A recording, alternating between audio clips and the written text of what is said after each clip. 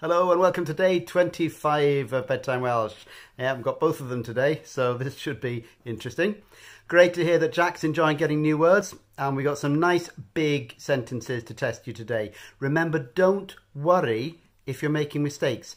That's normal. That's part of how you learn. So make as many mistakes as you can, and then we'll get through them as quickly as possible. So first up for today, or do you need to work more?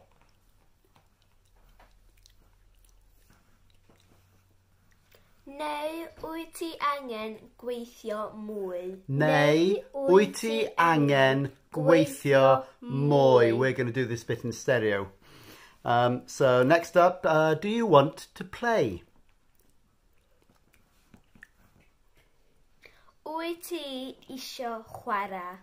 Wyt ti isio chwarae?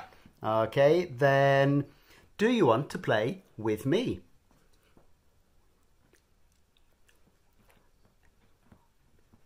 Wyt ti isio chwarae hefo fi? Wyt ti isio chwarae efo fi? And now a slightly longer one. Do you want to play something interesting?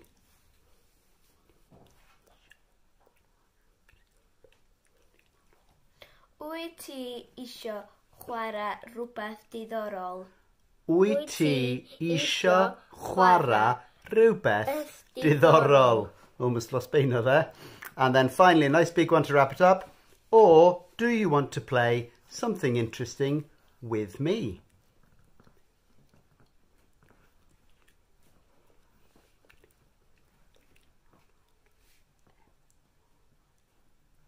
Neu wyt ti isio chwarae rhywbeth diddorol hefo fi? Neu wyt ti isio chwarae rhywbeth diddorol efo fi? And if, like Beino, you went for angen instead of isio, well, it's because they're quite close to each other in meaning, so it's really not important. Well done, those were some monsters. We'll see you for some more tomorrow. Hwyl am y tro.